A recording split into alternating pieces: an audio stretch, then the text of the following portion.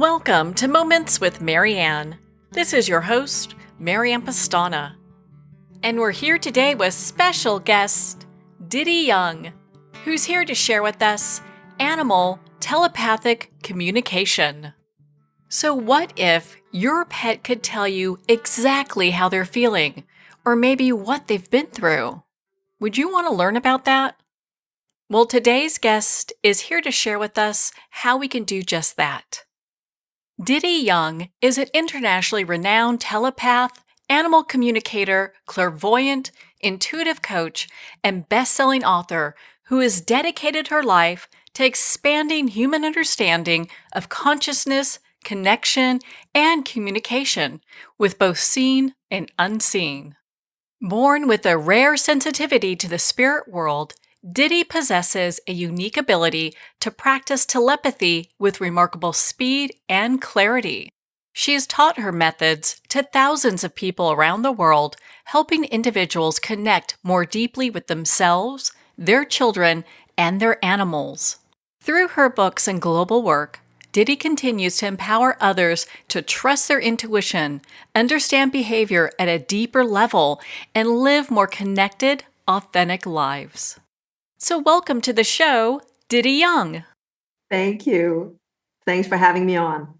Well, what an honor it is to have you here and to talk about just your immense gift that you have. I've been so intrigued by this. Can you share with us how your journey of this telepathic communication with animals first began?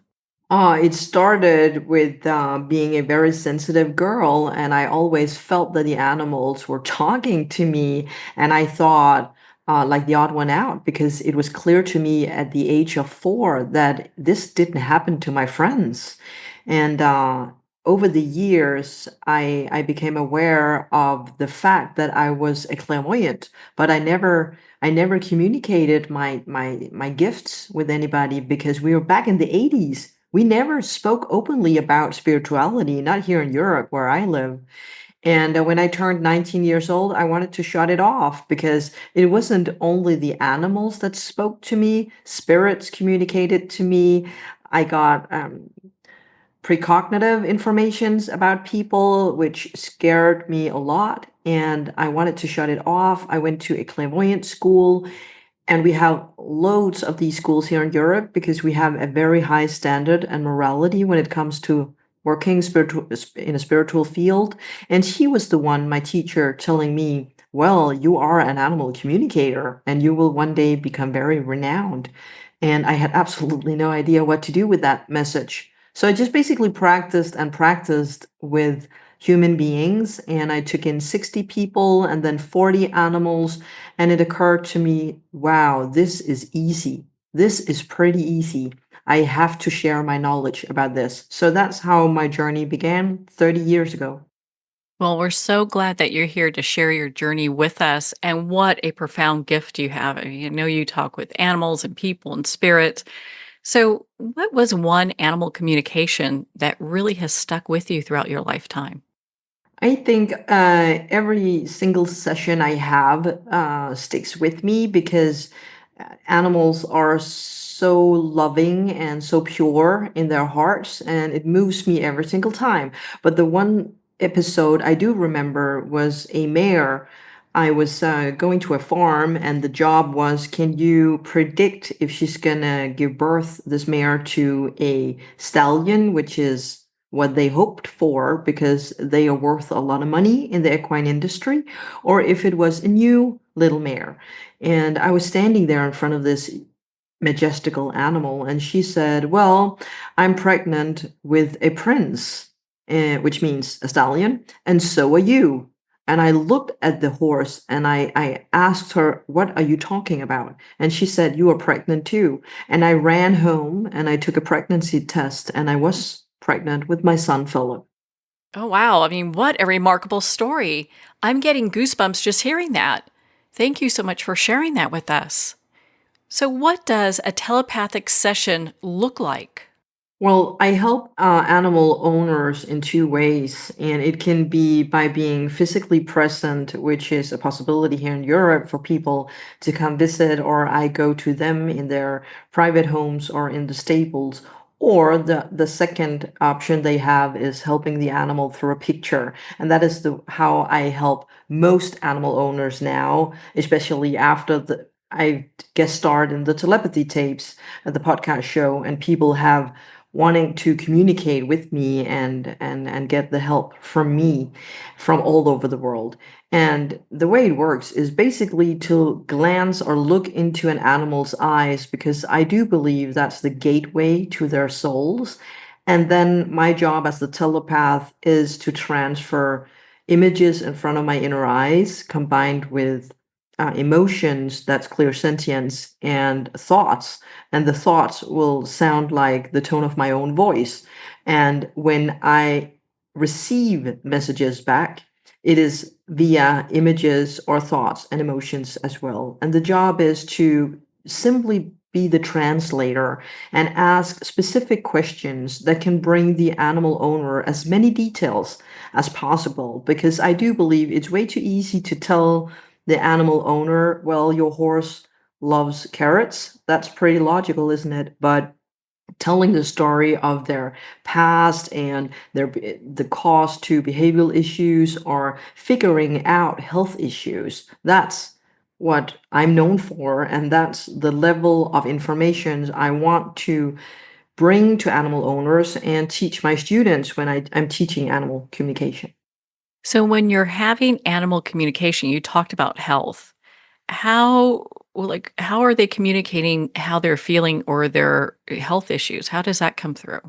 It can come through to me as they show it in front of my inner eyes or on the picture, which means all of a suddenly something is more clear, or I find it more significant, or I get attracted to look at, let's say, the left shoulder. And my job as a telepath is to ask the horse, what is it about the left shoulder? Do we have a pain issue? Is it a muscle issue? And what is it attached with? And what is causing this pain on your left shoulder? And other times I get it transferred. So I experience pain in my left shoulder. And then I have to ask the horse or the dog or the cat or the animal I'm helping, how can we help you? What is causing this? And how can we help you? What are some of the most common ailments that you're seeing in animals? The most common elements I see is definitely their interest in us as human beings, because when we socialize and domesticate animals as we do, when we take them in, because it's actually against their nature, we will see the most loyal friends. And that's why people are so attracted to animals, because we have a friend, a four-legged friend, that is waiting for us to come home, and they're still happy. They're not debating with us. They're not arguing or hold grudges against us because we have gone to work for 6 hours. They're just happy to see us. And because of their huge interest, because they are pack animals and they are safe when we are all there, they are interested in our well-being as well, both mentally and physically.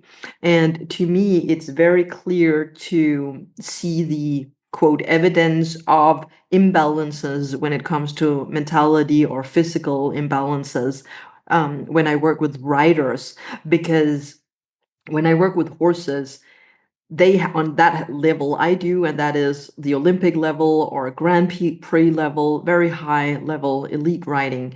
It is very crucial for the riders to make it work during the training and the competitions, and they can't hide any flaws or imbalances out there, because they're gonna lose points out there. And that's why I love working with it, because either you can do it or you can't, and that will bring some sort of an evidence of the work we do.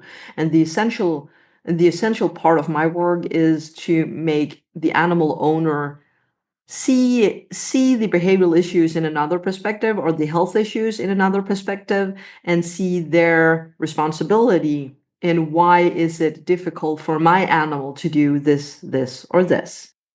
Oh my goodness. How important is that to have that level of information? It's interesting. I'm just kind of thinking when you are communicating with horses or dogs and cats and other animals, is the level of communication different? Not the level of communication, but the level of what have their interest is.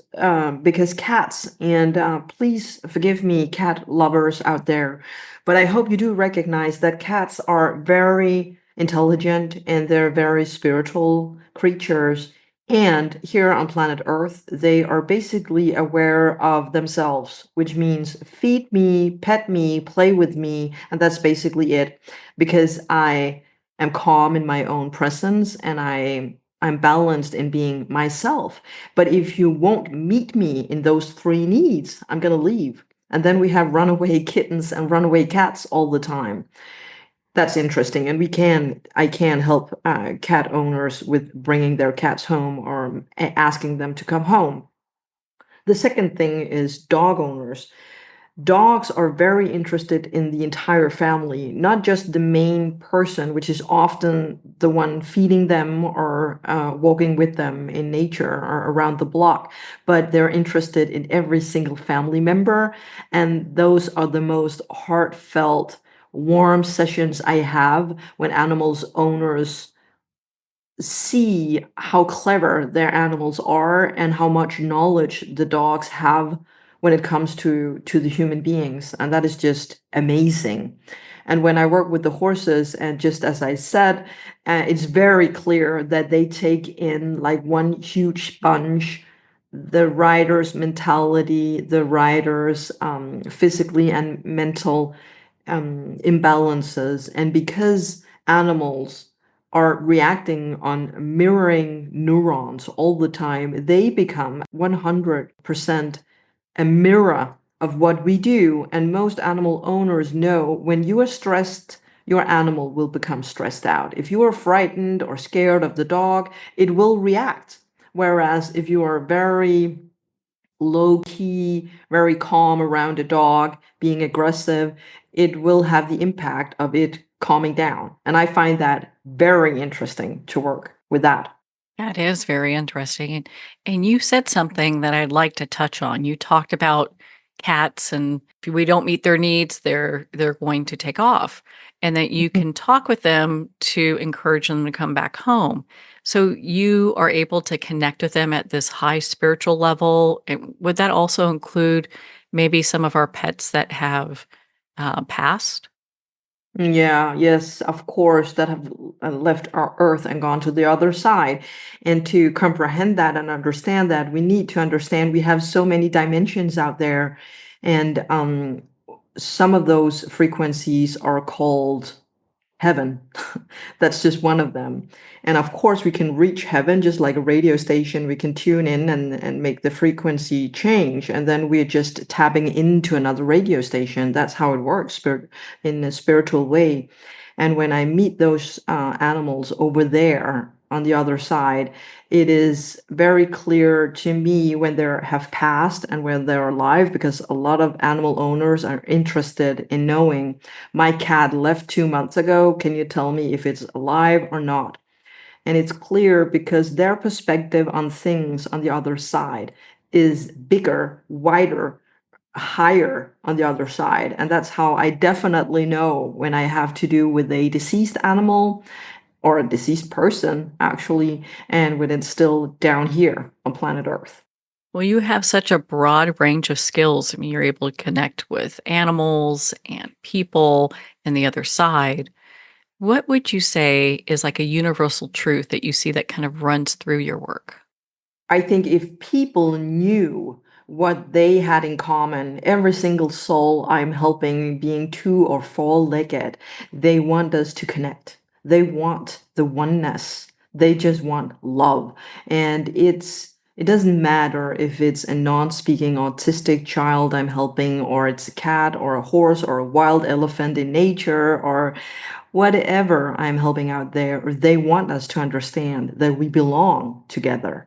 And that is what touches the animal owners most, when I deliver the messages, and I can only hope as the animal communicator that they will never forget, because then we have touched one people or one person at a time, if that makes sense.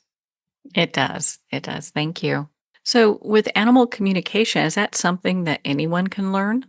Oh, yeah. And I think it's important for me as teaching my methods to everyone who's interested.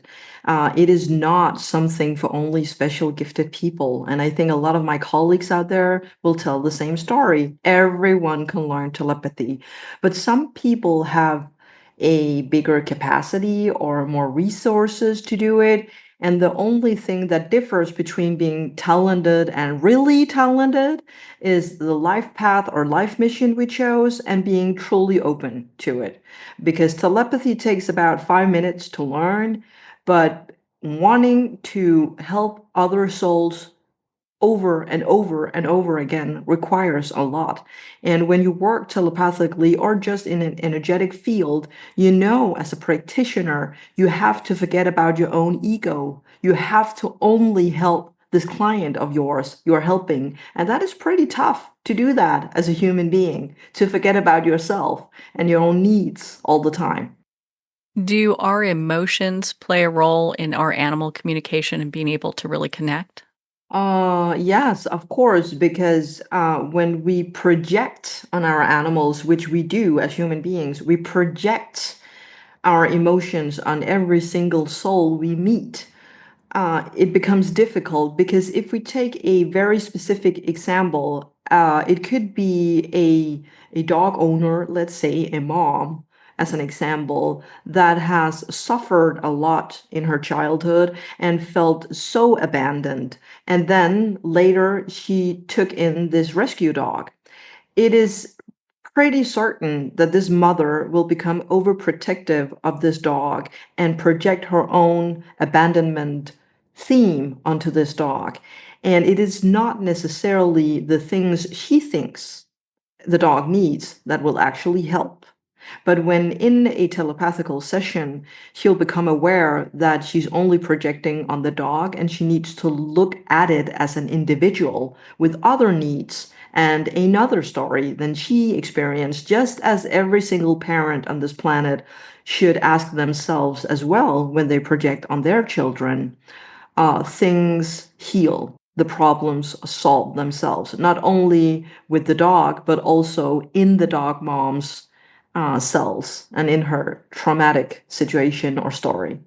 Does that tend to help the person, the owner, what we call owner, because we're all walking this path? I'm doing like air quotes with the owner to work through their own trauma, or are they putting their trauma on the animal? They are putting their traumas on animals because equal attracts equal, which means you can only, let's take this fiction made example with the abandoned mother that attracted the rescue dog. But actually, none of the less, this is what I'm seeing out there all the time, that equal attracts equal. Is she the one who put the abandonment on the dog, or did the dog actually indeed experience being abandoned itself and got delivered to the rescue center? Both situations occurred for them to become attracted to one another. And do we have potential to heal them both simultaneously? Yes. And that is my finest job to do as the animal communicator, not just expressing why the dog has anxiety or is afraid of loud noises or have outbursts against other animals, which I am being asked to do all the time, but to seek the answers on a deeper level, actually. That is what has my interest when I go to work. I think that's so profound. When you're meeting with people and their animals, and they're doing this session work with you where they're looking to bring things more into balance, what does that look like? Well, usually to begin with, people are asking me to help them because they assume their animals have an issue. It can be either a behavioral issue or a health issue. That's the most top two questions I get asked. But what I'm always asking the animals by looking them into their eyes, get those three things transferred: thoughts, images and emotions, I always go for their personality profiles first. And I've been writing books about it. I have online classes about it. And I've taken a lot of criticisms in Europe by telling people, I do believe that animals are their own individuals. I do believe they have a personality of their own. I do believe they have their own temper, their own motivation, their own way of being in the world and looking at the world.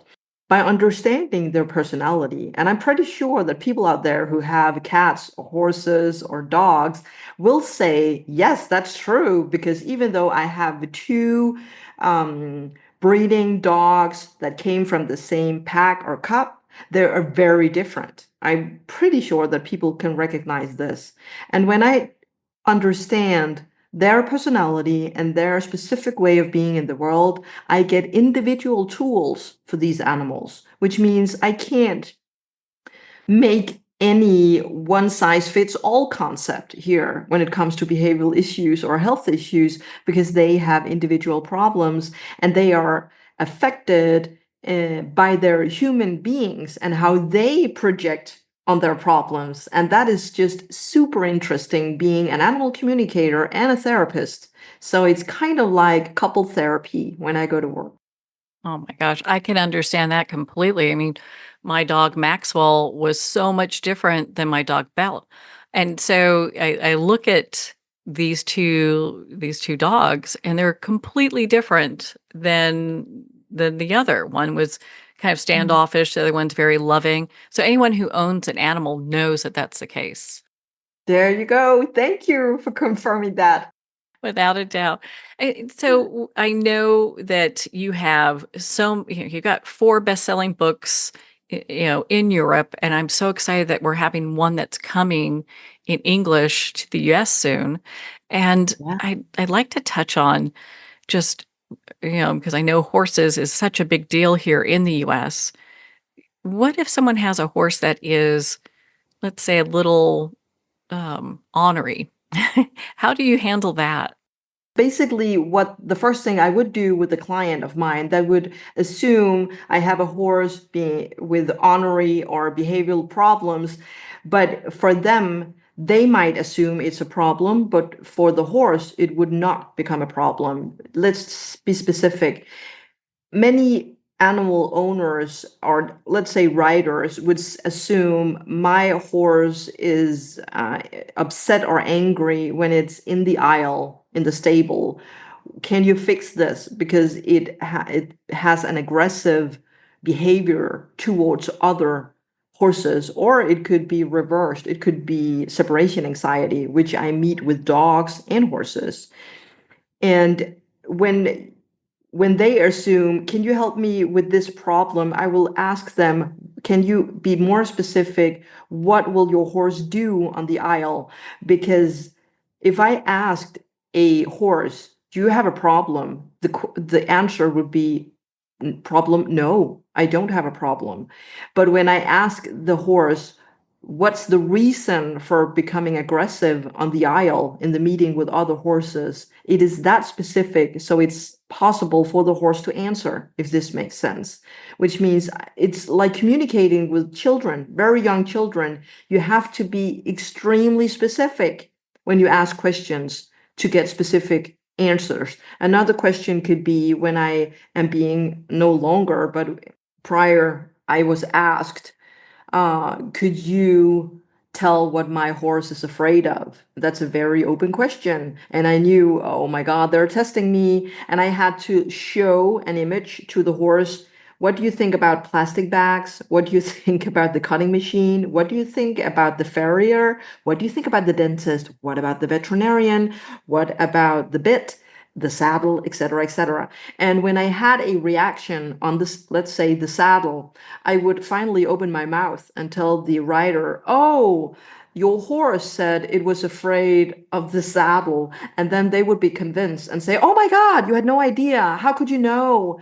But the owner, the rider, wouldn't know my method on how to get the response. And it might take me extremely amount of energy to get that answer out of the horse. And it might take 5 minutes before I could answer the question. It's really getting to that root cause where in a way that they can understand it in a very specific way. And that's one of Yeah. the things that I love about your work because you really break it down for people. You've got courses where they can learn to connect with a beloved horse that's passed and then also get into their personality. You've got it all broken down so people can really take it bite by bite. Oh, thank you. I do hope that's true out there when people can read my books or absorb my job, because I think too many people over the years, spirituality and now telepathy has become a thing. It's the new thing. We have a paradigm shift, and we are still divided. 50% of this world's population don't believe in spirituality, and then we have the other half that do believe in there is something between heaven and earth. And to reach more people, I think it's crucial to have both feet planted on the earth and be very grounded, and inform them about how does this work, because I do believe that skepticism occurs when people have absolutely no idea. How do you do this? How do you do what you do, Dita? I don't know a better way to say this, but in some ways, maybe a lack of information or a lack of knowledge or experience in that area that I think causes that. Because once people dive into the work that you do, I know you also help people become a certified animal communicator. Once they start doing that work to really be able to make that connection, it's very profound. Yes, it is. And thank you for saying that. That is so true. I know you've shared a very profound horse story with us. Do you have another one you could share with us? I have so many, but I think one of the situations and the latest situations I was just in, and I actually shared it on the podcast show called the Telepathy Tapes, was one of my clients who's a national team show jumper here in Denmark.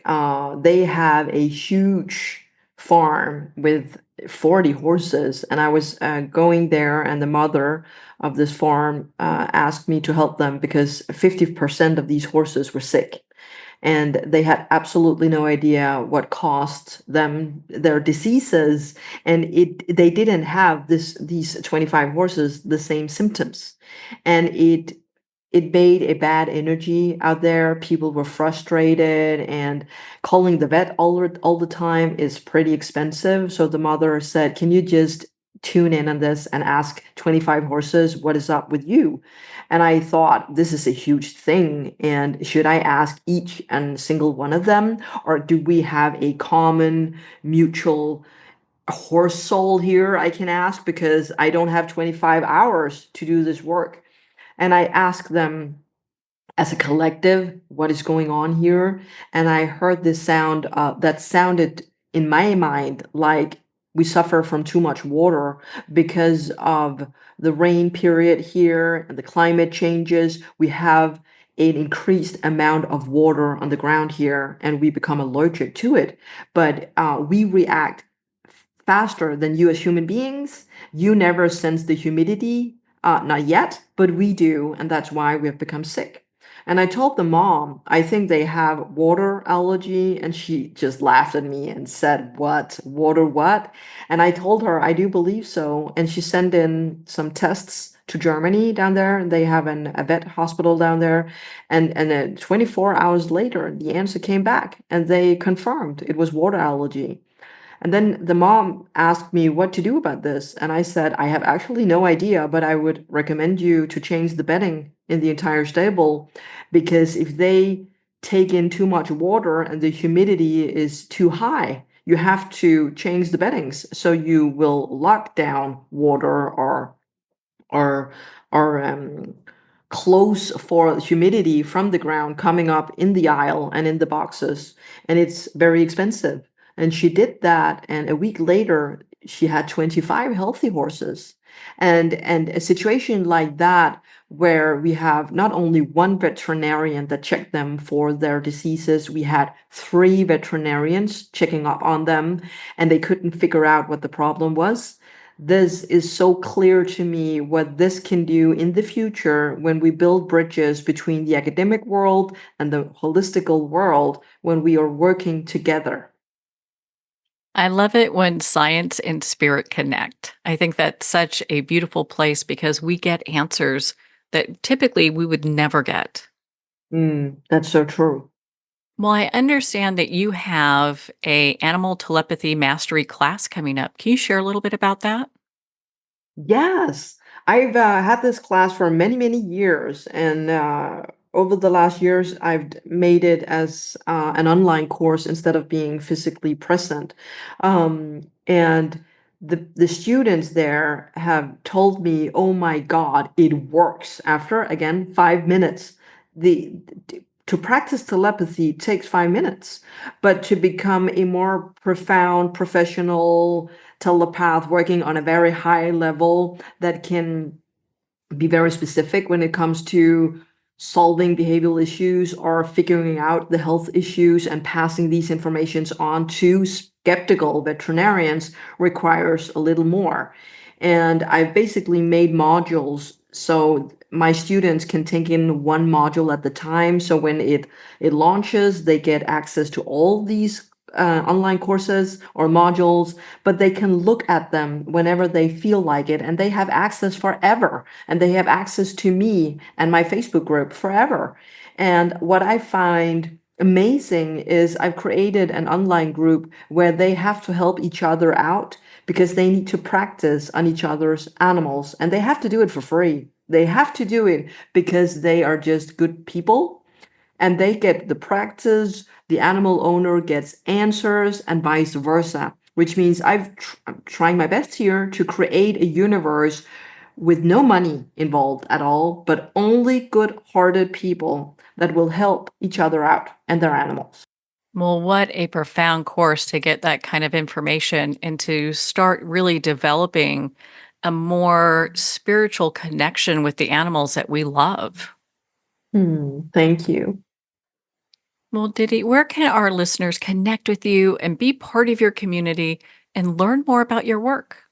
I am on literally every single platform out there from YouTube, TikTok, Instagram, Facebook, and I have websites. And for the American listeners or international listeners, they can go to ditteyoung.com. Well, Diddy, thank you so much for taking the time to be on the show with us here today. Thank you for having me on. Well, thank you, Diddy. It's been such an honor to spend this time with you and to talk about animal telepathic communication. If you'd like to make an appointment with Diddy or learn more about her work, visit her website, ditteyoung.com. Well, we're at the end of our time today. I'd like to thank everyone for tuning in. You've been listening to Moments with Marianne, where we make every moment count.